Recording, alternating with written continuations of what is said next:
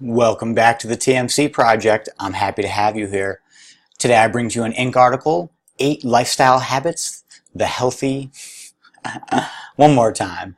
8 Lifestyle Habits the world's wealthiest people all swear by. Third take. 8 Lifestyle Habits the world's wealthiest people all swear by. This is an amazing article. I'm excited to go over it with you and tell you how to apply these habits to your life as well as how they've affected me in the past. So let's start.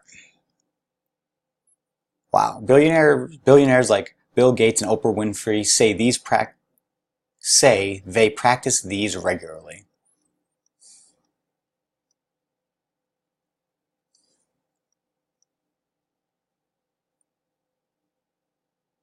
This article was originally from Quora, posted on Inc., and it's by Isabelle. She's a marketer at Hello Focus. And she says, many people believe that getting wealthy is a matter of luck. It's true that luck plays some role, whether it's being born into a wealthy family or inventing the right product at the right time. Luck doesn't do everything, though. Without good habits, wealth can easily be squandered. You can always make your own luck at any time. Here's how wealthy people do it. I love I love how she talks about the importance of good habits. It reminds me a lot of Jim Rohn when he says, don't wish it was easier, wish you were better. And I think that measurement of better is what your habits are dictating that you do. Most of us spend, as humans, so much of our body is done, so much of our thinking process is subconscious and habitual. So by controlling those habits, you genuinely control the quality of person that you're trying to be, since it's what you're doing when you're not thinking. Having a habit of not yelling at someone is how you don't yell at them.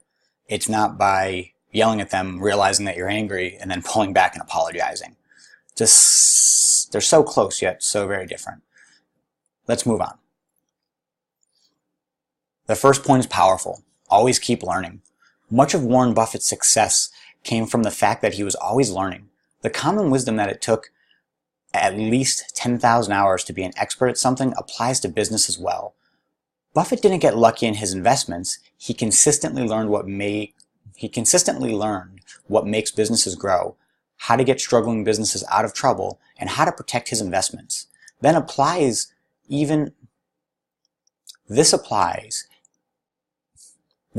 even if you hold a traditional office job.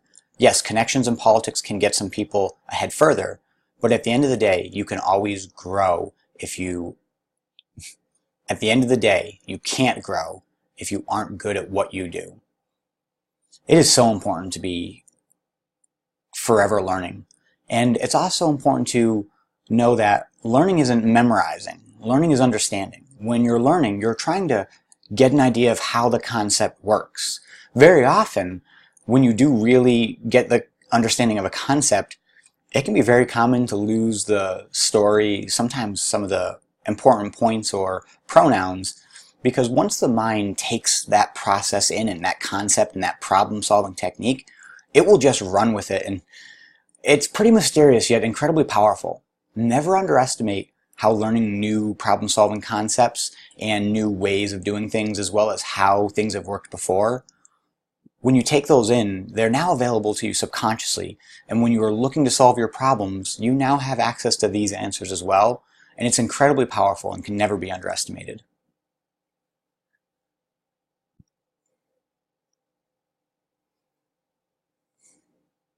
The second point they give in this article is live below your means.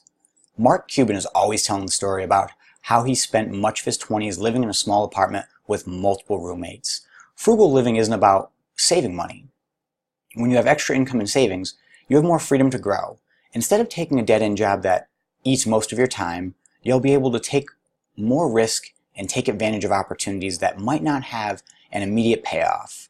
You'll also be better focused. Instead of worrying about your bills, or if your car is impressive enough, you can simply focus on growing. Living below your means is a very interesting one. At its core, it means you do not have money for your wants. It's about delayed gratification. I understand. As kids, we grow up and we want everything. And the primary reason that we can't do it is we don't have money. I'm a father of an 8-year-old, and right now she fully understands most of the time that she is not getting something, she believes that if she had the money, she could have it. That's crazy. I think we know that deep in our core. And it's hard to beat out of us, especially when we start working. We work very hard, it's stressful, we give up a lot of our free time, plus driving, and everything else that comes with it. It's incredibly easy to say, I earned this, I worked for this, I deserve this. You really have to think about what this is. Did you really work that hard? Did you work all week to just blow it on stuff that wouldn't matter in the long run?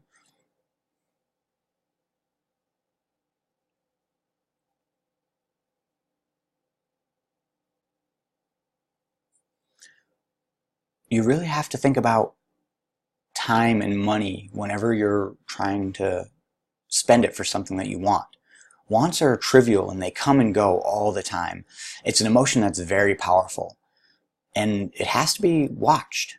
The mind will answer the question of why you deserve it. Obviously you deserved it, you worked hard for it. But what are you trying to achieve?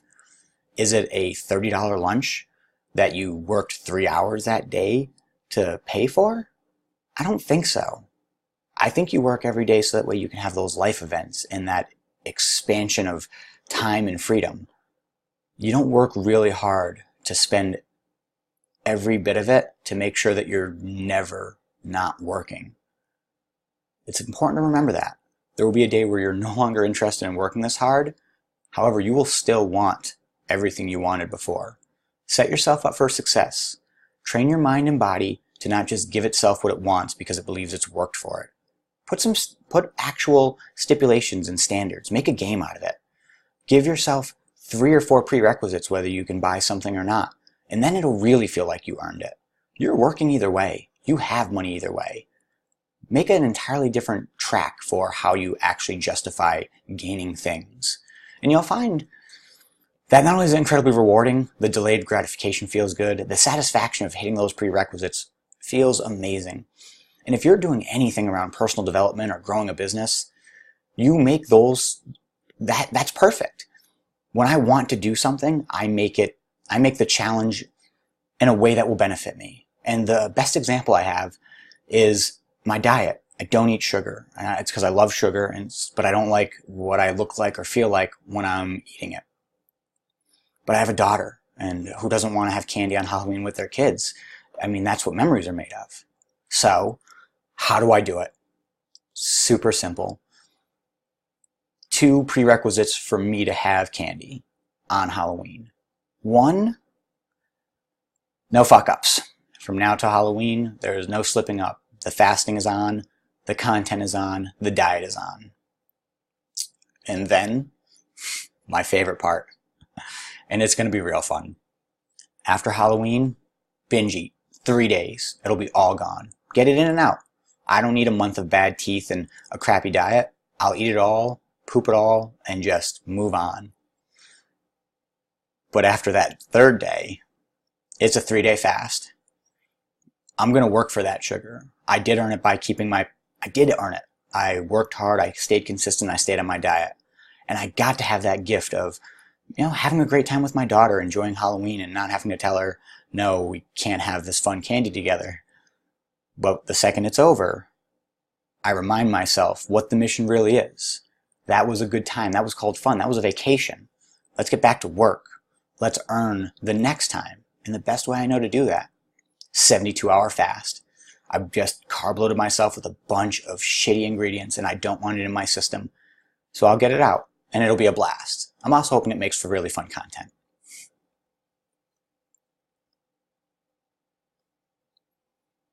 Next, she goes into the concept of don't be afraid to get dirty.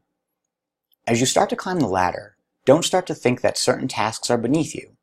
When Marcus Lemonis invests in a business on the profit of privilege, he gets hands-on and works side by side with the staff. As you start to climb the ladder, don't start to think that certain tasks are beneath you.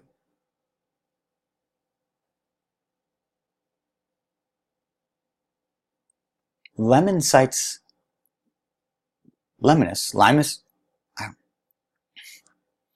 don't be afraid to get your hands dirty.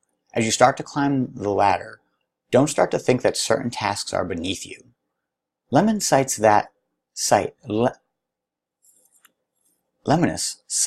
this as the biggest reason he is able to quickly learn about so many different types of businesses.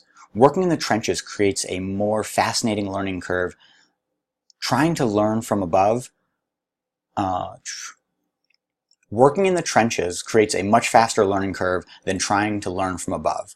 It also builds camaraderie and respect between leaders and employees. You know, I definitely agree with reasons to not get your hands. I completely agree. You have to get your hands dirty. And I think these are really good reasons. For me, however, I've always gotten my hands dirty for a very different reason. We learn by doing. It's as simple as that. When your body actually enacts in the task, you don't need to think about it as much. You can go into a know-nothing state. You can work with the people who are doing it, and you can learn it immensely quick. However, if you just take the time to educate yourself and never do any of it, you're going to have a very slighted view on it. You'll have the knowledge that you learned, whatever knowledge you gained was that person's opinion, and then you also have your best guess on top of that. And for a lot of people, that can be very powerful and do a lot. But don't ever underestimate the power of actually realizing, physically doing those jobs, no matter what they are. Your body and mind will learn so much more from that. And through that, you will not only become better at everything you do, you'll be building a habit of doing. Not learning, not thinking, not saying, not managing. Doing. And I promise you, if you're the leader and you do before everyone else will try to do as hard as you do, regardless of what the task is. Remember, you're doing their job. They're going to want to do it, I promise. So don't be afraid to get your hands dirty and make sure that you're doing everything you can, regardless of whether you think you know it or not. Realize what it is and then find out what you take from it. She then goes on to say, don't sleep so much. She then goes on to say, don't sleep so much. Donald Trump has always been a controversial figure, but he always accomplishes his goals. He credits this to sleeping just 3 to 4 hours a night. That gives him almost a full additional working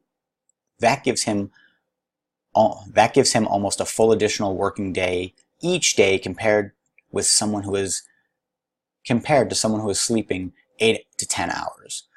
Of course, you also need to keep healthy sleeping habits. Trump claims exhaustion doesn't affect him. If you need more sleep to function, don't keep yourself awake to the point of consistent tiredness. It's about finding regular balance. If you need more sleep to function, don't keep yourself awake to the point of constant tiredness. It's about finding the right balance. Don't sleep so much. I don't know if that's so much a problem. I think most of us don't sleep enough.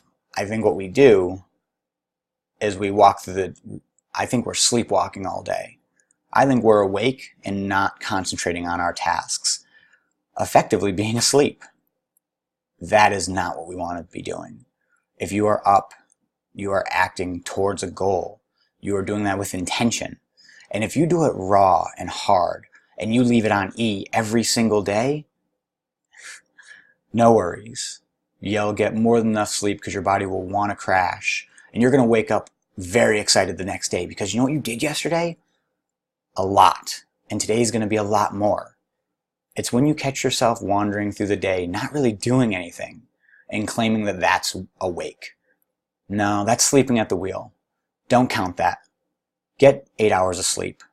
And make sure that for the 16 that you're awake, you are present and you are actively taking actions towards improving and furthering your goals and life. On the side note, I don't necessarily know if you can trust your conscious measurement of your tiredness or how good your cognitive abilities are. If you are tired, the thing that measures your ability is also tired. It's not doing as well as it could be doing. Why would you trust that? I would never ask an opinion of someone I didn't trust. And my tired opinion is definitely not trusted. So first, get 8 hours of sleep. Get up on time. Complete your day with a lot of satisfaction. And then go to bed and wake up the next day. Start measuring it that way. And then maybe pull back. Go to 6 hours of sleep. Can you maintain that same level of productivity? Does your creativity seem to come to you as easily?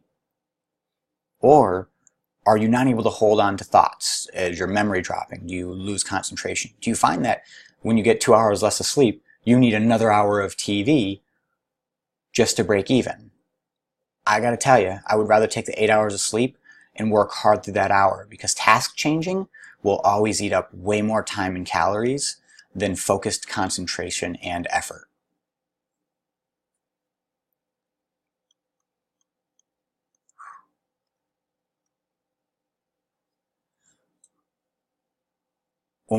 Five is juicy. This is where it gets exciting.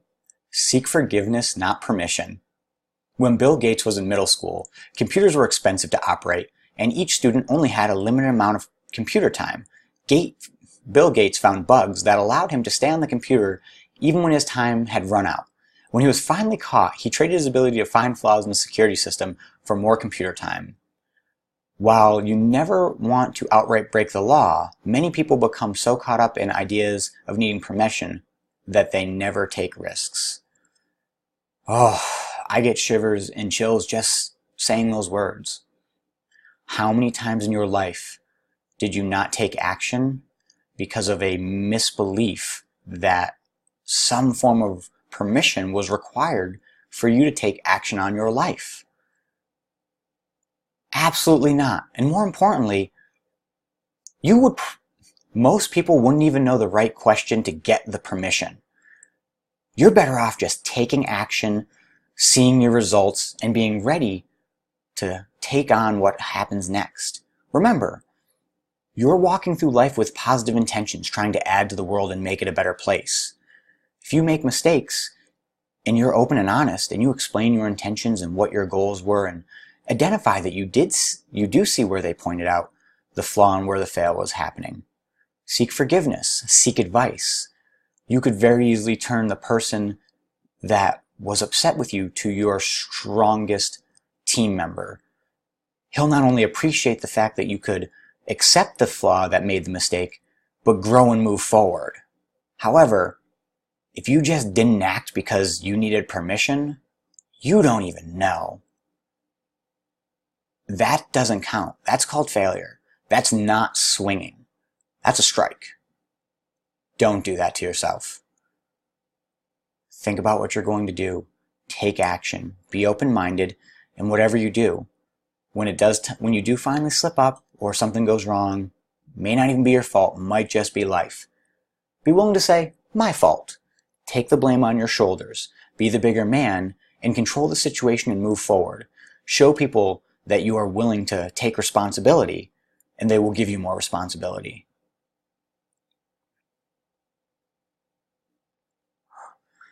Six is get organized. Man, Oprah Winfrey says the secret shared by people who seem to have it all together is that they are organized. This includes all areas of their life, from keeping your home and office free of clutter and distractions to how you go about your daily tasks. Plan out what you're going to do each day. Set time limits on things like answering emails. Budget your time so that way you can work on your most important tasks when you are best able to focus. More shivers. I don't think anyone appreciates what getting organized actually costs. Most of us are cluttered, not because we want clutter, or not because we thrive in organized chaos. The process of organizing is a million micro decisions, and the brain doesn't understand the difference between what we're going to wear in the morning and a life or death situation. It just knows that there's a choice, and it's hard to make them, and they can all feel incredibly scary. Throwing something away can feel like a real loss, but having it in your way for the rest of your life slowing you down is an actual loss. Jordan Peterson says it best: clean up your bedroom. Start there. It's literally where you go to sleep and where you wake up. It's when you are most tired, and it's when you are least awake. If you can set up your no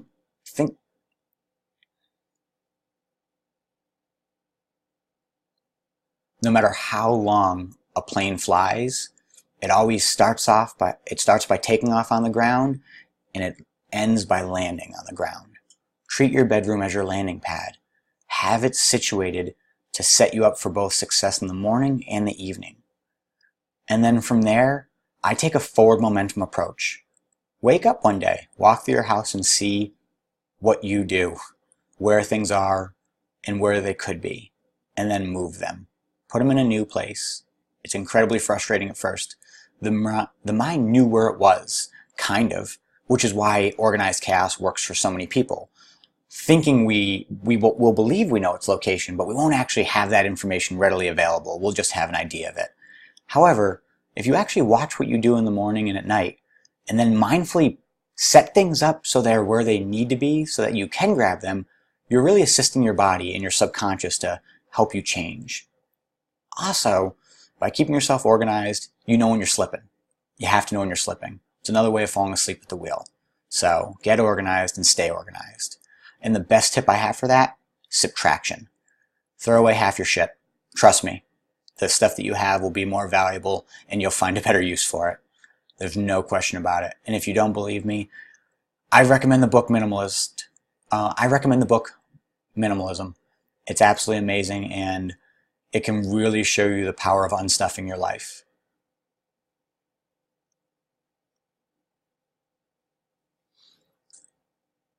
Seven, stay focused through failure.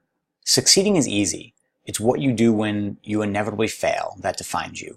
Part of Kevin O'Leary's Mr. Wonderful Shark Tank persona might come from the fact that he faced heavy opposition early in his career.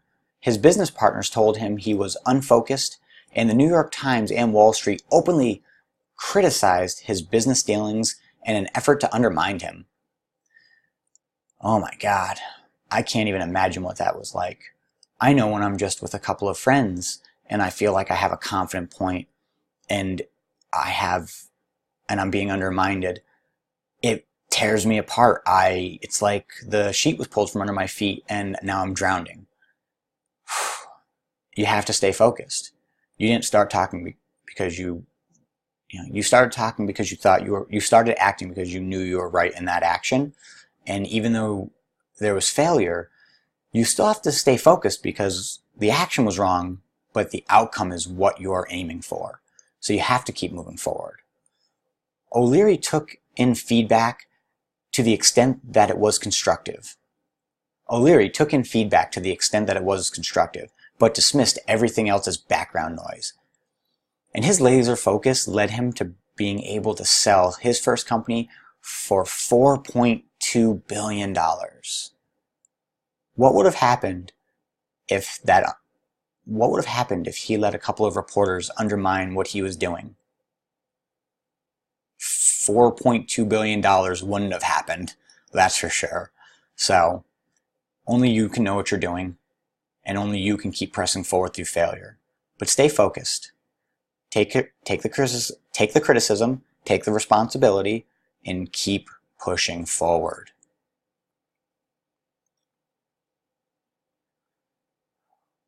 And this could easily be the hardest one of all. Keep personal feelings out of business. Lori, Shark Tank queen of the QVC, tells her entrepreneurs to leave personal feelings out of business. You don't need to like someone to take their money or to get a good deal or need inventory. Simply focus on how much money you can put into the bank. Of course, you shouldn't ignore your gut. There's a difference between someone being dislikable and someone being dishonest. If you feel someone is withholding information, not telling the truth, or not keeping their promises, reevaluate your relationship from a business perspective. whenever you are interacting with people, there's always going to be emotions going on. And the nature of business connects it to both money and time. These are two things that our subconscious feels so strongly, but misinterprets so often.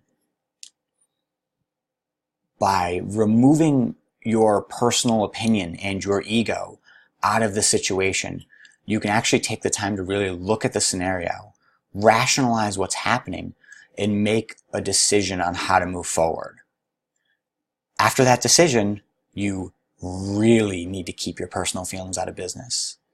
Here's a simple fact. Just because it rationally seems right doesn't mean it's emotionally lined up. And you can very easily go back to what you felt rather than what you thought and rationalized and chose and decided to move forward with. I've done it so many times in my life. This is what I want. This is where I'm going. This is what I'm trying to do. And then in the moment, my childish emotions must have forgotten what I told them because they wanted something else. And it was primarily to let someone know what I was thinking and feeling. And that has never benefited me. So make sure you keep your personal feelings out of business. Know what you want, know what you're trying to do, and know that you've got great intentions and you're trying to move everything forward. But that doesn't mean your emotions or your ego are going to be on the same team all the time. That's fine. Bench that motherfucker. If it's not helping you, it's hurting you, and it's not allowed input. It's as simple as that. Only allow high quality opinions, and don't assume just because it's inside of you, it's high quality. I'd assume it wasn't. Then it'll really actually try to make it better. So, I want to thank you for joining me for this article. I had a great time. I'd like to know what you think of this. Most of my videos are between 1 and 5 minutes long, and I really wanted to go deeper and really see what came to mind when I read a review live and gave my feedback right here and now. If you don't like it, please let me know. It's definitely going to hurt my feelings, but I'm looking to add to this world more than I am looking to feel like my idea is best. And I can only do that with constructive criticism from the people I'm trying to help and affect. So, thank you for joining me, and I'm very grateful. Let's go!